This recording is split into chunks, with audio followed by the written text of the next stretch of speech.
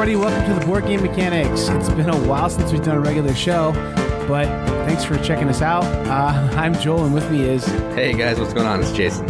And it has been a long time since we've done a regular show that has had full zaniness and full everything, it feels like. That's true. It has been a little bit, yeah. It's been like a month. I'm not sure how zany this episode's going to be, because I am dog tired. You've been putting up with kids, so you're good. You're good. Yeah, I also had a hole in my roof today, so that's no fun. Oh, yeah, that stinks. Tree branch fell on my house and busted a hole in the roof, so that's no good. Yeah, that's terrible. So anybody who's got a philanthropic roof repairing business and loves the Board Game Mechanics, come see me. I'll play like Yahtzee with you or something afterwards if you want to. I don't know. That's your wife's favorite game, man. It is. She'll probably play too. So the other thing too is if you missed us, I hope that you found us on. We're on Twitter, and we're on Facebook, and we're on YouTube, and the YouTube's kind of taken off a little bit. So that's pretty awesome. And Twitter. Did you say Twitter? I did say Twitter, but it's taken off a little bit too. Yeah. Yeah, I'm at Instagram. We're also on Instagram as well. You know what we're not on? Snapchat.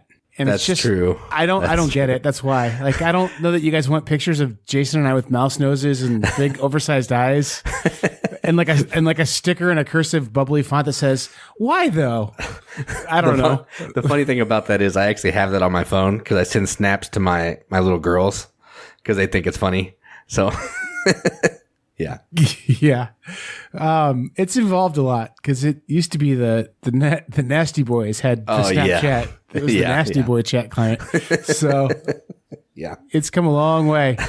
So yeah, but we are not on Snapchat just because I don't understand it. I just don't get it. I mean, if you guys want to see a mouse picture of us, I don't know. Like, we'll put some pictures up and you can Photoshop away, I guess. I don't know.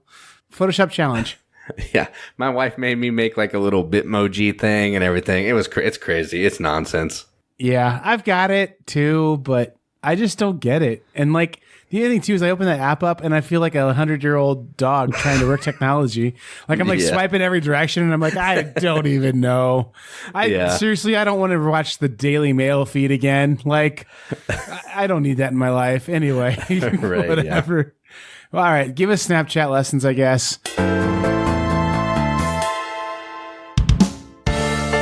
All right, so I don't have a ton of news today. There's a couple of things I wanted to talk about, mostly because we've either reviewed it or I have the game, and I just thought they were interesting. So the first one I wanted to talk about is a game called The Axe from Cobblestone Games. It's a worker placement game about the early disciples spreading Christianity throughout Judea, Samaria, and the end of the earth.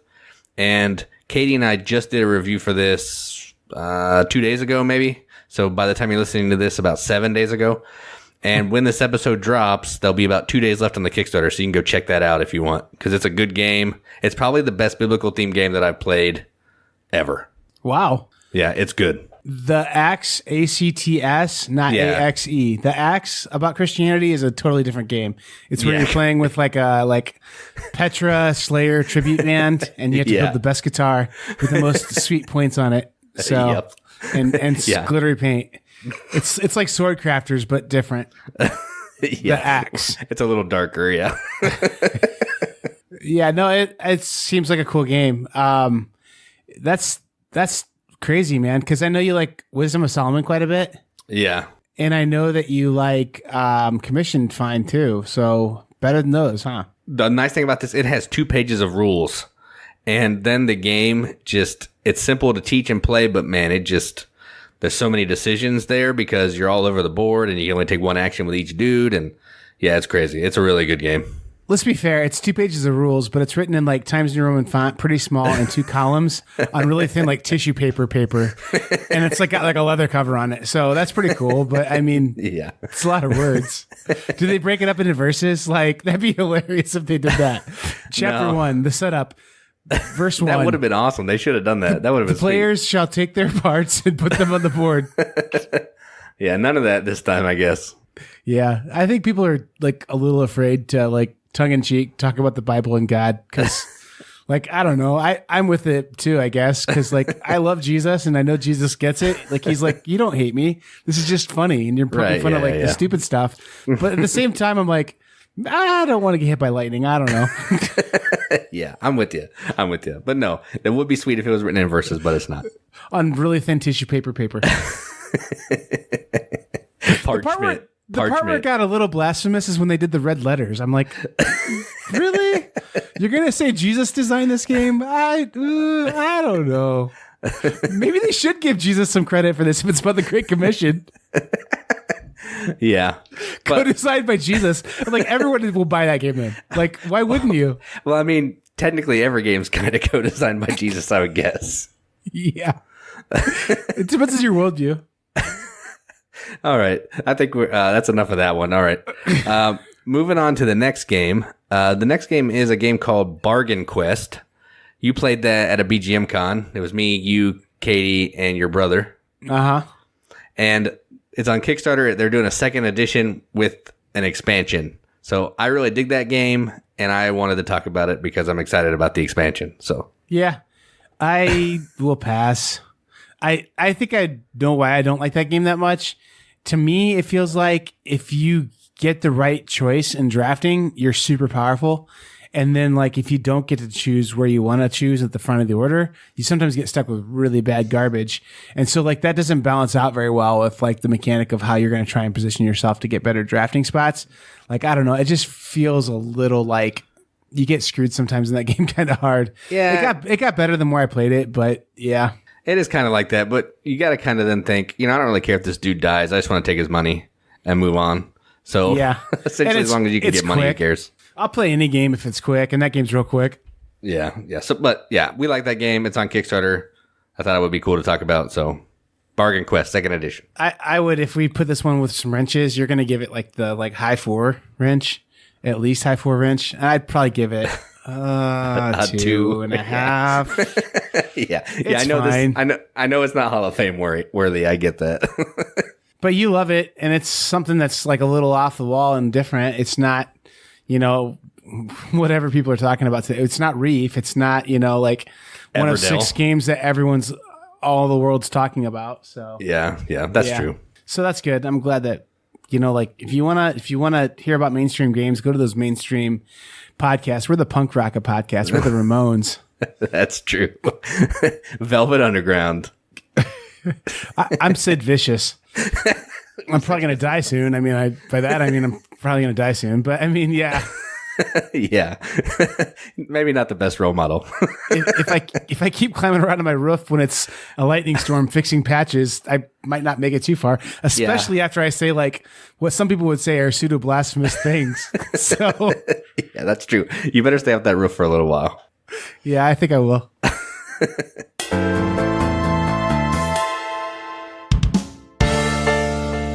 Well, Jason, we are flying through this episode. This might be our first episode under 20 minutes or something at this rate.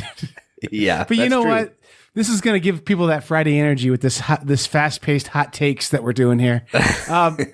Did you get a chance to play some games this week, Jason? I did. I played a game that is really growing on me and is moving quickly up my top 100, and that is Dice Forge.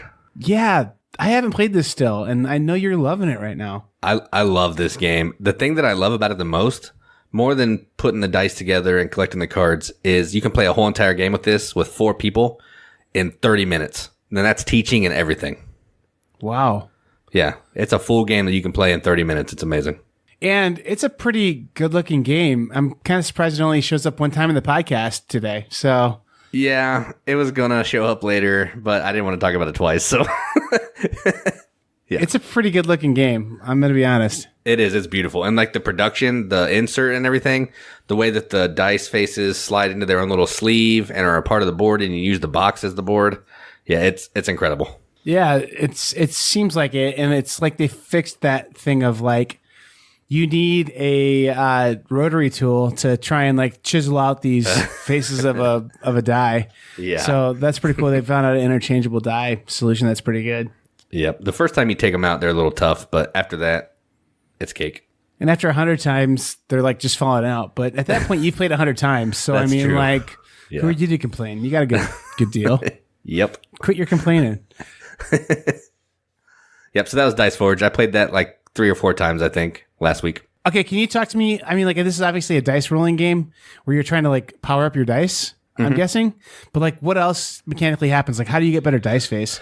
All right, so the game has two different parts. There's two main actions you can take on your turn. On everybody's turn, you're going to roll the dice and you're going to collect the resources. So there's gold, there's like firestones, moonstones, and points. So when it's your turn, you can either move your little pawn to buy a card, which is going to give you access to special kinds of die faces or points, or you can go to the little temple and just buy die faces for gold. So you can either, that's the two main ways you're going to get die faces, mostly by buying them through the gold, but there are usually 2 or 3 cards out that will give you special power die faces. And so the idea is you keep the same number of die throughout the game, but you're making your die better? Right. You have 2 dice the whole game, and then it's up to you to decide what you want to take off and what you want to put on and all that. That's kind of cool. It's like Rattlebones, except you can never get more dice. I think that game has 3 dice, but this game you can only ever have 2. It feels a little like a deck builder in a way because you're like weeding out cards and putting cards in and then shuffling up and drawing cards, except for your rolling die to make that whole process way simpler and way quicker. So right. That's pretty cool. Very cool. I'll have to play it. Bring it to the next BGM Con for sure. So this is one that is going to be a little different, Jason, I'm going to talk about than what we normally talk about. All right, kids. I was just kidding about this being a 20-minute episode because here I go. I was going to say. Get comfortable. No, we played time. We played Kids on Bikes, and this game is really interesting. So basically, it's an RPG game, but it's kind of set like to be like a Stranger Things type RPG, or like maybe Goonies or any of those 80s movies like that, where it's like kids that are solving an adventure. But on this one in particular, I was the game master, and so I was kind of running the city, and the characters were all kind of just created. And the cool thing about this one is you really create the characters in the city a little bit collaboratively.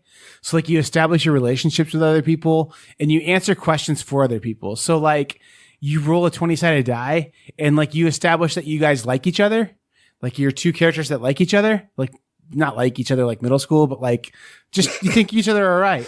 And so then you answer a question like, what's the bravest thing you've ever seen this person do? And so you're answering questions about someone else's character. So your character is being created by other people at the table a little bit too. And so this is where like my brother's really fun to play these games with, but he's really dumb to play these games with at the same time. So like I had this awesome scenario set up where they were like, you know, like kids getting abducted in this town where like a retired circus is like stationed at. And then also there's like a secret Air Force base. And so like there's this like cryptic, mysterious circus that like kind of still travels, but they're down on their luck and they're looking for like new ways to renew their interest in this circus. And there's also this retired Air Force base. And so it's like kind of a dilapidated town that's seen better days, but there's still like mysterious stuff happening. Well, so my brother decides he wants to make his character like an aspiring pro wrestler, and that his dad was like a strongman in the circus, and he started the WWE. And so like this is at the height of WWF, I guess at the time, like popularity. So he starts like a backyard wrestling league and really just wants to wrestle. And that's all he practically tries to do the whole game. So, and then he rolled for an El Camino, so that wasn't too bad. He got an El Camino, so he cruised around in an El Camino and did like some high flying, spandex wearing wrestling antics, and nothing really happened, honestly. But we had some really cool characters set up in a really cool setting. We decided there was like a 30-foot bronze statue of Matthew's character's dad who died in the ring, and he's a local legend. And then like this other girl played as Matthew's little brother or little sister, and she like really looked up to him. But the way how Matthew's character's stats were, he like was terrible at fighting and terrible at brawn, but his little sister was like an amazing fighter and super strong. And so like I don't know, it's just a weird juxtaposition. So it's just a fun system, but I mean, and it's made for one hitters and quick games. We played for like probably 7 hours, and we kind of ended where like the exposition ends at, like adventures are ready to start happening. So just kind of cool RPG system. If you're looking for a lighter RPG system and you're a fan of Stranger Things, this would be a cool one to check out. It's also pretty cheap. So I think you can get the paperback edition of it for like around 15 to 20 bucks, and a PDF's even cheaper. And actually Renegade Games bought the company that put this out. So it's a partnership with Renegade Games now. So I think we'll see a lot more availability of this than we thought initially. I don't think it's necessarily out yet. I Kickstarted it, so I got my copy a few weeks back. But it's a pretty good book to read too. It's a decent read, decent art, pretty fun. So Kids on Bikes, got to play an RPG this weekend. That's cool. Yeah, I think they were selling it at Gen Con, so it might. Cool. Maybe it's released now. I don't know. I know it was on like pre-order on their website, and then it was pre-order like other places I was looking at, but that was during the con or right before the con. Right. So, right. yeah. So it might be out there right now. It might be in the wild. So cool. Cool book though. Yeah, not bad.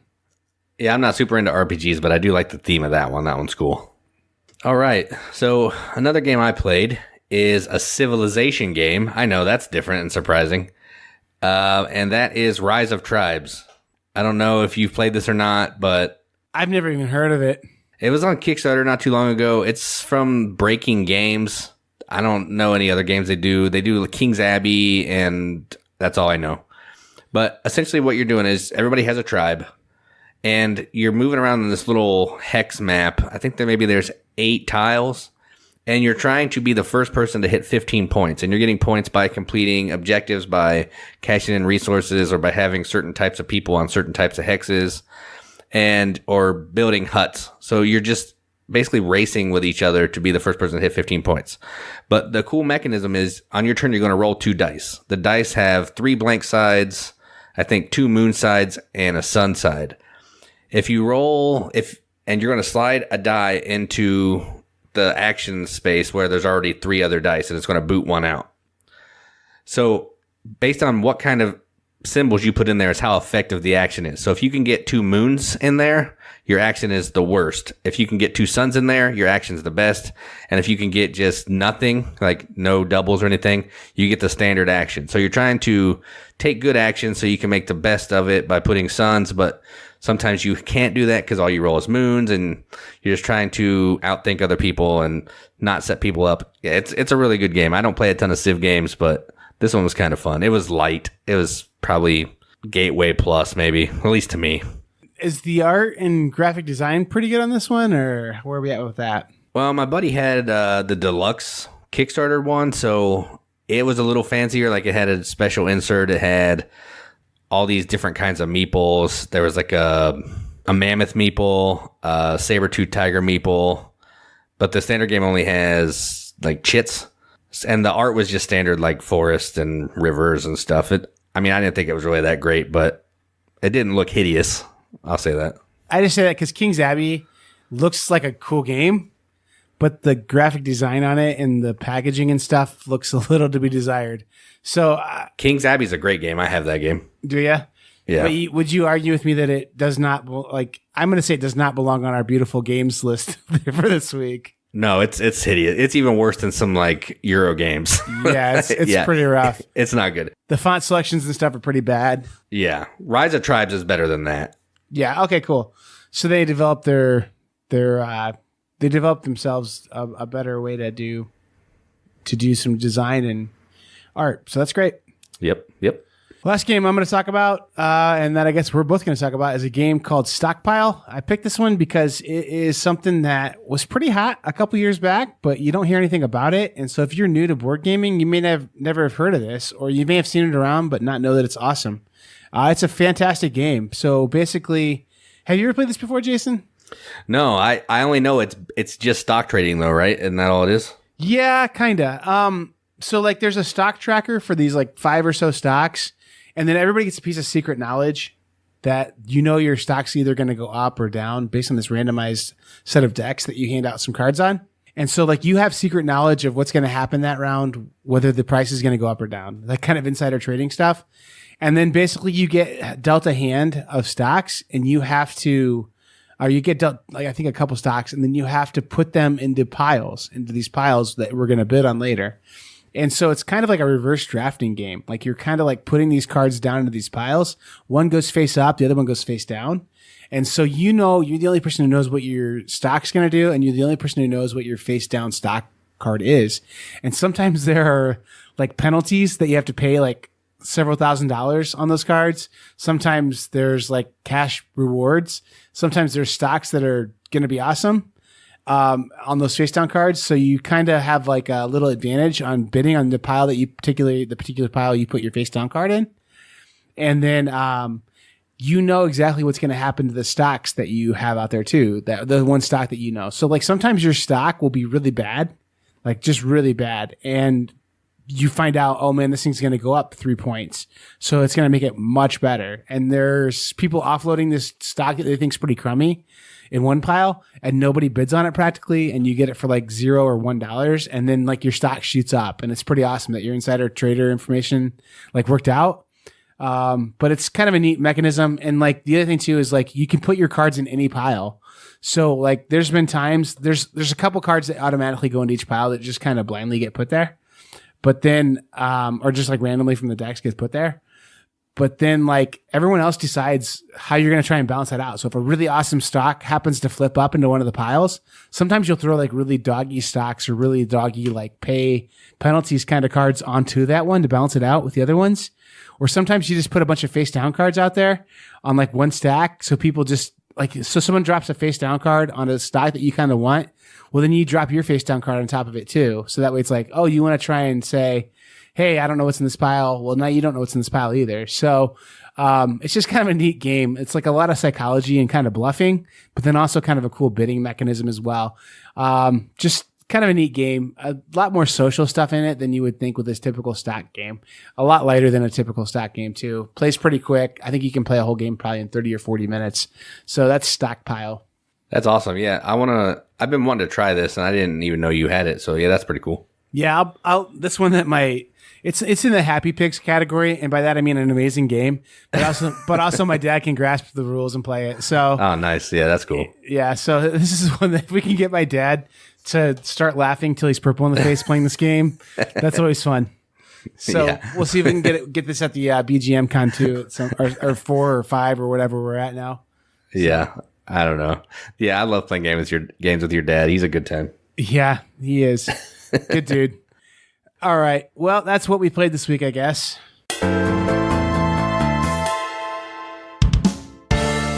All right. So today we are going to talk about some games that we think have great art. Now, I guess we should clarify a little bit. That can mean different things to us than it does to you. So for me, as long as I think it's cool and pretty or the graphic design is awesome, it makes the list. It doesn't necessarily have to be a good looking game to you, but it must be a good looking game to me. So that's where I am with mine. I don't know how you picked your criteria. I basically gave games like how awesome the game looks score. And then I gave games like a how awesome the game is score. And so the ones that got the highest combined score, they have the highest quotient of being a really good game, but also looking really good, made my list. And then like we have a bunch of honorable mentions this week. And my honorable mentions all like have some kind of caveat on them, or they were like, yeah, they look really good, but the look isn't as strong as these other ones, or maybe I don't like the game as much as these other ones. So that's kind of how I did it. All right, so you actually put some thought into yours. I just looked around and saw stuff that I thought looked cool, and then I put it on my list. Jeez, Jason. We're never going to get on the dice tower with this kind of shenanigans. Yeah, it's fine. We'll be fine. All right. By the way, it's day 273 of the You Are Too Scared to Challenge Us, This Game is Broken podcast.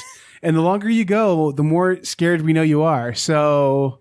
yeah, you're super scared, and we know it. Whatever, Brothers Murph. That's true. Oh, I did forget to tell you. They told me to email them, and I just haven't done it yet. Maybe I should do that. That's hilarious. I don't really want to be on their podcast. I just forgot. They said to email them in like September, so it's not like I haven't done anything. I just forgot that they sent me that email. Oh, jeez. We were just kidding, guys. Why'd you blow up their Twitter? So, yeah, that's a discussion for another day. All right, Jason, what'd you pick? All right. So, the first game that I looked around and picked because I'm shallow is Yamatai. And, I mean, there's not much to say about this. The artwork on this game is beautiful. The cover is amazing. The character boards are amazing. The little people that come out that you can purchase to help you out in the game have like just as good of artwork. The board is beautiful. You can see the mountains. Yeah, it's just a great game. It's a great game. So it's beautiful and it's a great game. So yeah, my first one is Yamatai. I haven't been able to play this game in like a year because I can't get anyone to play it with me. It is a really pretty game. I guess we'll have to play this, Jason. Like, I guess maybe I suck at explaining the rules too, but like there's a lot going on in this game at once. And so I think people get like a little overwhelmed by like all the decisions you can make with your ships and stuff. But it's not like once you play a couple rounds, you're like, oh yeah, it's pretty easy. So, it really is. It really is easy. Like you're just surrounding tiles with boats, and then that's really it. I guess really it doesn't help that there's like this whole like IKEA diagram of how to build a sectional couch worth of a playmat there on all the different choices you have for your boats. That's true. Yeah. And I mean, it is a beautiful piece of playmat. It does look just like an IKEA diagram for building a sectional sofa, which is really beautiful. Yeah. Yeah. I will say that the simplicity of the game is not helped out by all the iconography on that game, that's for sure. The color palette on it's amazing, by the way. Like I think that definitely merits it to be a beautiful game for sure. And then the art is really excellent too. Do you know who the artist was on this? I do not know, but just the designers. That's all I remember. mean, I want to feel like it's the same person who does a lot of Small World Days of Wonder games. Yeah, because it kind of, I mean, it does like a little tiny bit like that Small World kind of style, but like really more like Five Tribes ish looking almost.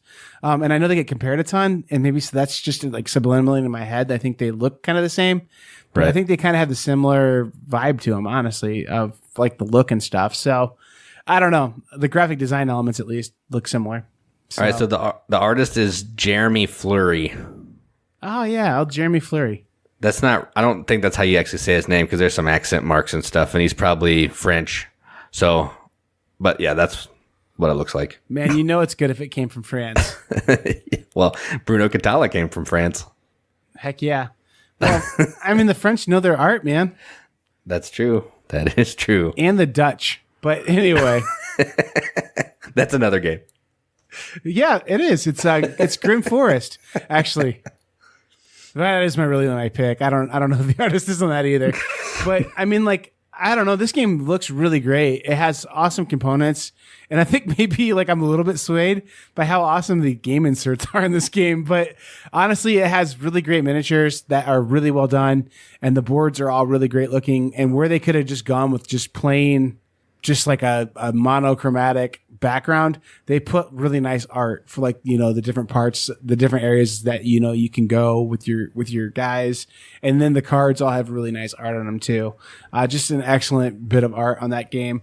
And if I remember right, this is like the first game that company put out, or first major game they put out. I think they had a couple little like barnyard games and stuff, but I think this is their first major release. And, Derek would kill me and James would kill me that I don't remember what their company's called, but Druid City. Just kidding. I knew it the whole time. I was just seeing what Jason knew. It was a test. Good job, Jason. You passed. So there you go, Derek and James. Your game looks really beautiful. Yeah, the artist on that is Mr. Cuddington. It's like a man, or not man, a guy and his wife. I think they do all the art for Mr. Cuddington. So it's like a design firm they call Mr. Cuddington, and it's like not just one guy who's named Mr. Cuddington. Yeah, it's weird. That's awesome. They did a good job not being confusing there. Yeah, it's really weird. I think it's cool, though. Yeah, it is cool. And I agree with you. That is a beautiful game. We played that last year at Origins, and yeah, it was some of the stuff in the game you don't even need. Like the thing where you put your pigs on. Yeah. That's unnecessary. You could just put like a little resource marker there and say, hey, this region is for wood or whatever. Right, exactly. Yeah. That's what I'm talking about. Like they went above and beyond on some of that stuff. And then like there's no need for miniatures for anything. Like they could have done little cardboard like chits or something with like a picture on them for like most everything, like where the monsters and stuff all go. Or building your house. I mean, it's just, they went above and beyond on like everything. And I agree. The other thing too is like, I don't know how they do it, but that game's like really cheap for all that you get in the box. So... Huge endorsement for you guys. We're big fans, and we look forward to you sending us review copies of everything you have coming out. We're looking and talking to you, Derek. Who I'm sure will have been tagged in this podcast. Yes, he is. Grim Force was my pick. Yeah. All right. So the next one, since we're talking about art, I felt it was appropriate to put a game about art and my favorite game of all time on this list, and that is The Gallerist. Yes. I mean, this is Vital Lacerda, and the art is by Ian O'Toole, and Ian O'Toole is just a beast. His art blends in with graphic design so well that you can't even tell really what the art is and what the graphic design is. It just flows so perfectly. And this board, like the way it has the central area leading to the galleries and the player boards with your own little individual gallery and kind of like muted colors. Yeah, Ian is amazing. This is such a good artwork on a game. I agree, and I think Ian O'Toole does great art, and I'm not going to say anything more about Ian O'Toole right now. Yeah, he is amazing. We'll leave it at that. My next one is, even though this is kind of a controversy, and they're like, oh, he used reference images, and it's not all 100% Picasso, awesome Da Vinci work from his brain, Scythe is my pick. And this game has got to make it in a way because that art existed, and it was compelling enough art that old Jamie S. was like, man, we got to do something with this art and make it into a board game and put it in a universe of awesomeness. And I think he did a good job with it. I really like that game. I'm going to be interested to see how people respond to the expansion that just came out, because this game has just gotten to the point where I think some people are starting to, it's losing its new game shine a little bit. So I'm hoping that hoping it feels more completed, or it feels like there's more to the package with the expansion that just dropped. So Scythe is my pick. Everything in that's been beautiful so far, and there's just so much art in it too. All those cards have like full nice pieces of art. So Scythe is my pick. I think it's hard to argue that game doesn't have beautiful art in it. You could argue a lot of things about it, but not that it doesn't have really great art. So the only caveat I have about Scythe is I don't think the board looks that great. Yeah, it's not amazing. Outside of that, I'm with you 100%. The boards definitely function over form for sure, but it can be really big. Does that count? That you can make the board really really big? It can be really big. Yes. You could argue that the board's not beautiful. You're right. It's functional. Yeah. I mean, everything else is amazing, but just I don't like the board. Yeah. I mean, like all the factions and stuff like that. I mean, and all the art that's included is definitely really cool. But that map, you're right. It's kind of just a typical like landscape, really functional. Yeah. Yep. All right. So the last game I'm going to talk about, I'm actually going to talk about a game called Dark Tales. I don't know. Dun, dun, dun, dun, dun, dun. Not DuckTales. So I don't know if you know anything about Dark Tales, but essentially it's a card game that like puts a gothic spin on fairy tales. So there's like Robin Hood, Little Red Riding Hood, Little Mermaid, Cinderella, and then just Snow White, I think is the other one. So it's all you're doing in the game is playing cards to try to amass the most points, and you're going to draw a card and play cards. But all the cards are like tarot sized, and they're all full art, and the art is incredible. Whoever does the art on this should do more board games, because the way they drew some of these characters is amazing. Some of the girls are kind of boobalicious, but outside of that, it's amazing. So it's what company made Tanto Kore? It's not Japanime, no. It's not. It's not that bad. It's just like gothic people. Yeah. No, that's cool. I don't know this game really. Is this game that's like newer, or did I just miss this one, or is it kind of underground?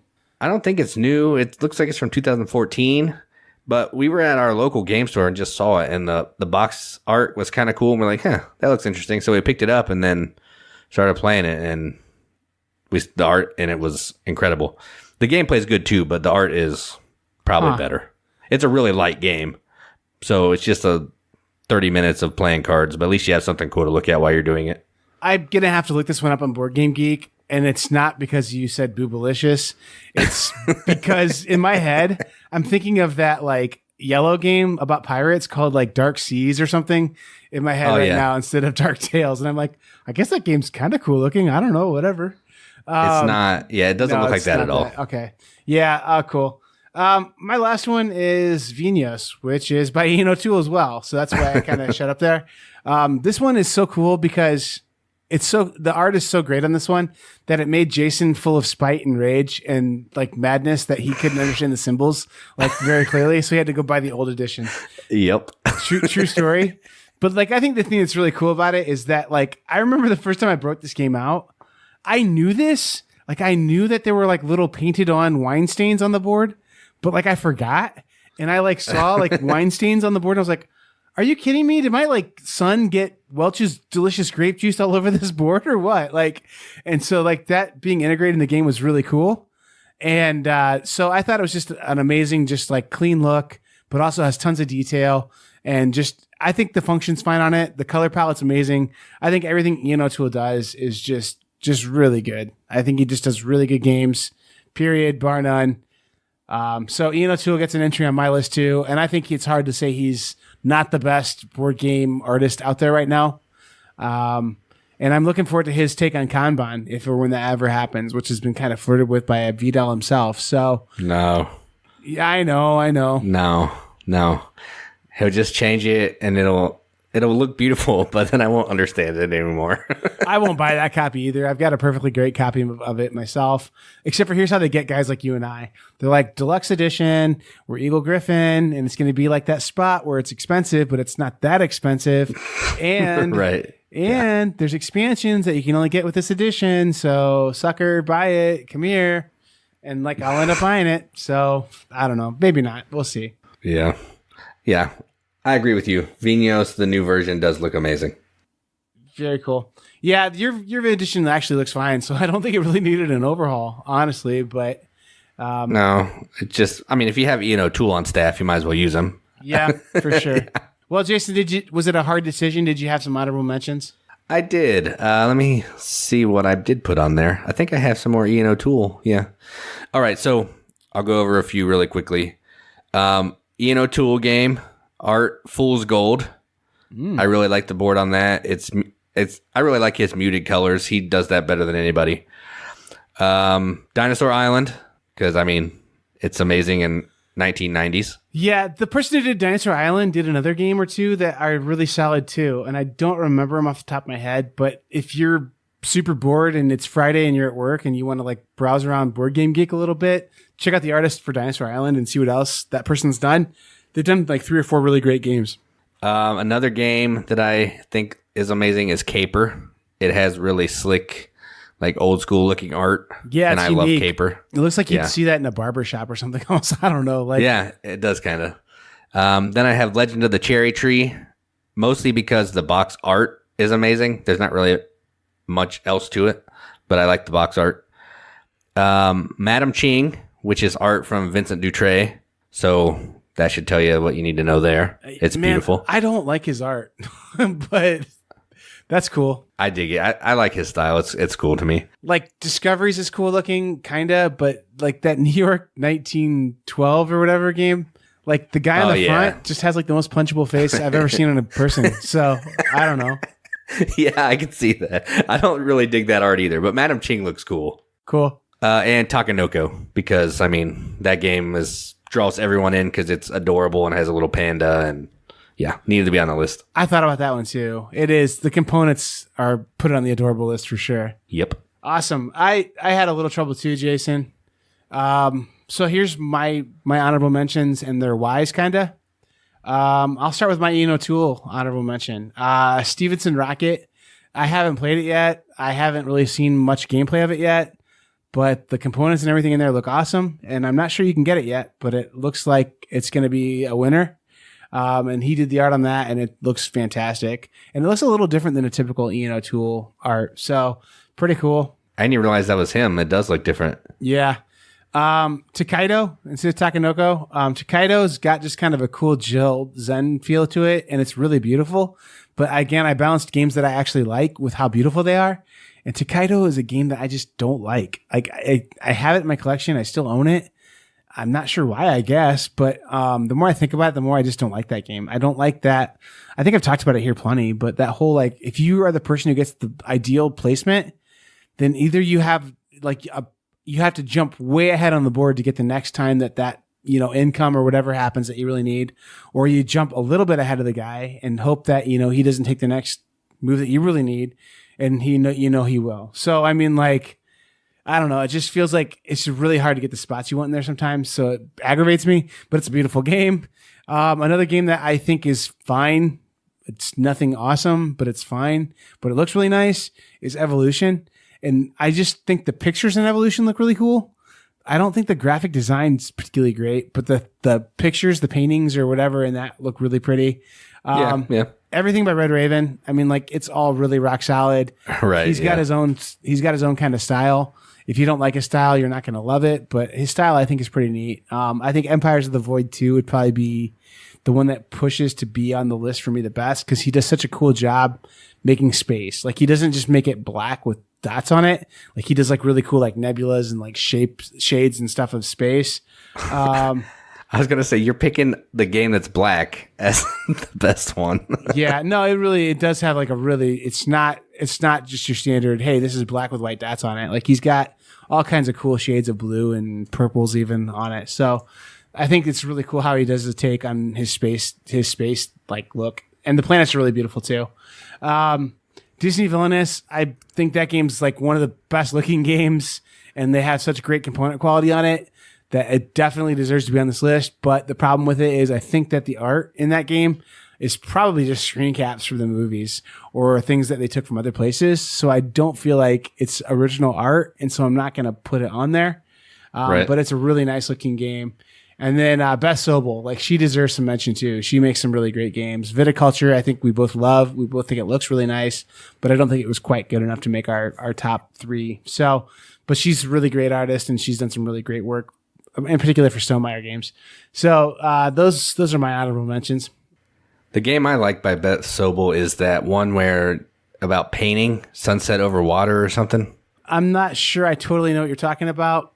Oh yeah, Bob Ross, the Bob Ross game from Target. No, That's not really Bob good Ross. one. It's completely different. But yes, Bob Ross has great art. Yes, I goofed you, Jason. You did. You're right. Bob Ross is good though. Yeah, Bob Ross could have made the list because that art is amazing. Well, and like even then, like the graphic design choices and stuff are perfectly fine. I mean, like, Right? Yeah. but yeah, it's Bob Ross art like throughout the game. Yep. I didn't even think about that actually until right now. Yeah. Well, cool. I'll tell you what games would make the exact opposite. Maybe we should do this someday. You'll get a sneak peek of this game's amazing and it's so good, but the look of the game is so bad. I know everyone's thinking I'm going to say Terraforming Mars, which definitely belongs on that list. But the one that I think just has bad, like it just doesn't look good. The cards are fine, but Shakespeare, like when you open that game up, you're like, what is this? Like, Yeah. dots of different colors and weird little arches. Like, what? This doesn't even look would fun. agree. And then you play it and you're like, oh, I get it. It's the best game that's ever been made. Yeah, it does really look terrible. I'm with you. Well, and then you play it and it's so good. So, like, Yeah. I don't know. That's maybe one that we need to do at some point. Games that look like they're going to be terrible, but they end up being awesome. Yeah, that's a cool list. I dig it. Awesome. Well, that's all I've got to say, Jason. I think we got a little zany this time. Yeah, zany here. I mean, there was some laughing. As good as we're going to do, this time of year. So we're all con tired. We're all like waiting to see what Essen's going to bring us. Yep. We're all disappointed that the mind is still getting played by people. That is crazy. Philip, our boy PDB, posted that he played that game, and it made me cry a little inside. He wished me a happy birthday, so that felt good. Did he really? Yeah, That's awesome. it is. He's just the best guy in the world. You know what? He really is. PDB, if you think the mind's good, then I'm just going to change my sweet little mind and think the mind's great too. So 5 wrenches. 5 wrenches for our sweet little boy PDB. That's funny. The best boy, Philip duBarry. Yeah. Speaking of Philip duBarry, coming in next month, we're gonna have a giveaway of a signed Philip duBarry game. Shut up. Yep. That's amazing. Is it Kingdom Death Monster? Is he going to sign a copy of Kingdom Yes. Death Monster? It is. It's Kingdom Death Monster. Yes. That's great. And Demon Worker. That's great. Baptist pastor Philip duBarry signs Kingdom Death Monster. Just kidding, Philip. We know you're not really signing that game.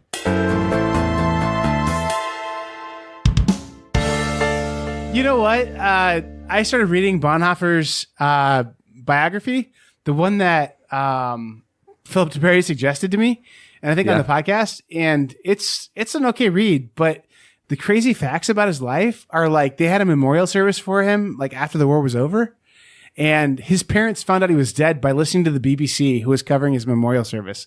Like, I was like, whoa, that's crazy how news spread back then. Not very well. So, yeah, that is crazy. Yeah. And like the other thing too is like, I think back then it was like you left your family and it was like, maybe I'll see you again. I don't know. We'll figure it out, I guess. There was no Snapchat back then. You couldn't get grandpa to put a pair of mouse whiskers on his face and say hi. So. Speaking of that, I would love to see your dad do that. Did I show you the picture I have of him with the filter on? No. Oh, I definitely have one where he like has like glamorous lipstick and like blush and eyeliner on, and it's because like we were trying to like we were just in like snap in like the like video chat on Facebook just to talk, and like he starts hitting buttons and that happened. And so I took screenshots like immediately, like any good boy would do. So I mean, like I had those pictures. So that's hilarious. I'll when you guys become Patreon someday, I'll put that in our Patreon only page. So when we actually open a Patreon, when people actually think they get more than 2.5 stars worth of smiles from our podcast and want to become Patreons. Yeah. Oh. All right. We hope you got 2.5 smiles worth of smiles this week, guys. I've been smiling. All right. Anyway, Jason, I hope you can edit this week because I don't know if I have 2 hours to cut out those last 2 minutes. Oh, they're not getting cut out. They're awesome. I'm leaving it. All right. I've been Joel. And I'm Jason. And keep gaming.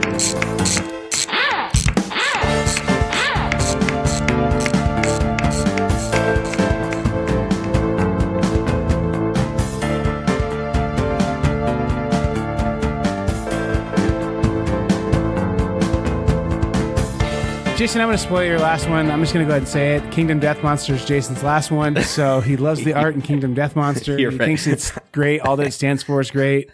He loves it so much. All the black, all the naked, disgusting minis. Yeah, I love that. Big fan. Jason, big fan. Jason's game days are like, let's play The Axe and then Commission, Wisdom of Solomon. Then we're going to drop out some Kingdom Death Monster. And Demon Worker. Yeah. One of those is true. One of the last two is true. Yes, that's true.